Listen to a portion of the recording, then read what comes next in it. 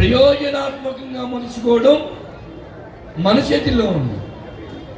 మనం కూడా క్రిమి కీటకాదులా జీవిస్తామా, మనుషుల్లో ఏమైనా జీవిస్తామా?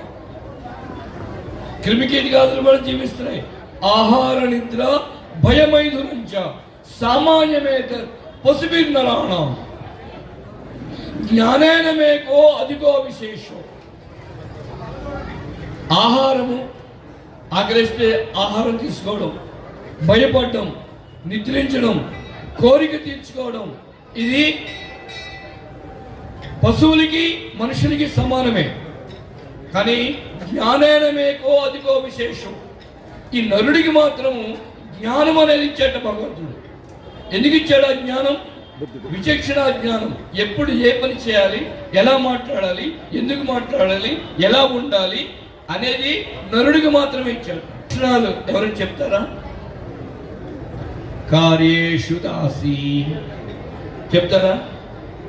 ధర్మబద్ధి అంటే ఏంటి?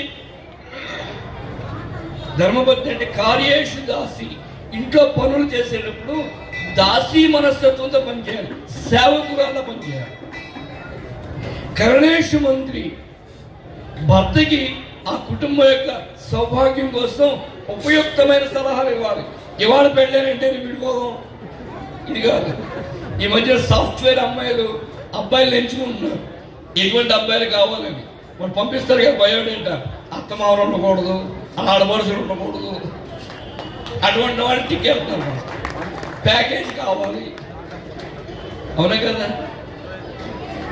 కానీ వీళ్ళందరూ ఉంటే కదా సమిష్టి కుటుంబంలో కదా మన ఆనందంతో ఉండేది. అందుకని అటువంటి సలహాలు, ఆ కుటుంబం యొక్క ఉన్నతి కోసం సలహాలు ఇవ్వాలి. అని కరణేషు మంత్రి. భోజేషు మాత, కుటుంబ సభ్యులకు భోజనం పెట్టేటప్పుడు మాతృ హృదయంతో భోజనం పెట్టాలి. భర్తకి భోజనం పెట్టినా భర్త యొక్క అమ్మ యొక్క చేతి వంట భర్త 5 సంవత్సరాల వరకు తింటాడండి. తర్వాత 25 సంవత్సరాల వరకు మనం ఆయన జీవితంలో పెడతాం. అమ్మ ఏదైతే ఆత్మీయత, ప్రేమ, వాత్సల్యంతో అన్నం పెట్టిందో అలాగే మనం కూడా పెట్టాలి.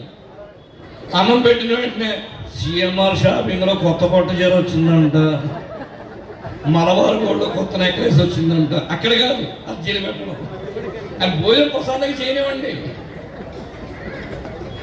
అలాగా భోజేషు మాత.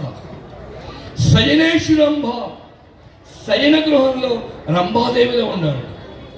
ఎప్పుడైతే రంభాదేవిలో శయన గృహంలో ఉంటారో అప్పుడు మాత్రమే ఈ సమాజానికి ఉపయోగపడే సత్సంతానం కలుగుతుంది.